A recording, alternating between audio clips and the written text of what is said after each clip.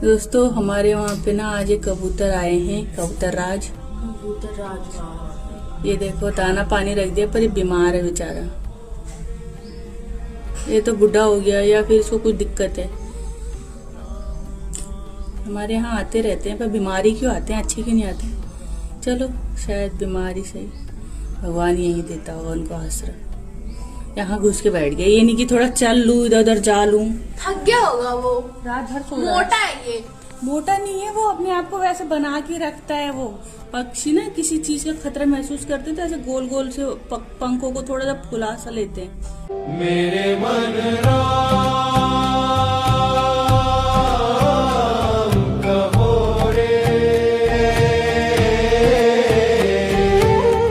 राम नाम मोहे सहज सुहावे, उनके चरण